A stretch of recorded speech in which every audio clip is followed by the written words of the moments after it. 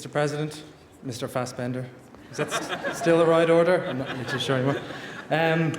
Wow.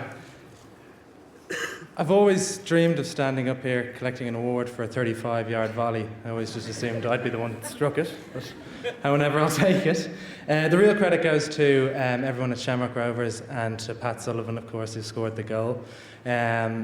To everyone at Setanta Sports who worked very hard on getting the rights for this game, so much so that we only secured them on the morning of the game, so we were delighted to do so.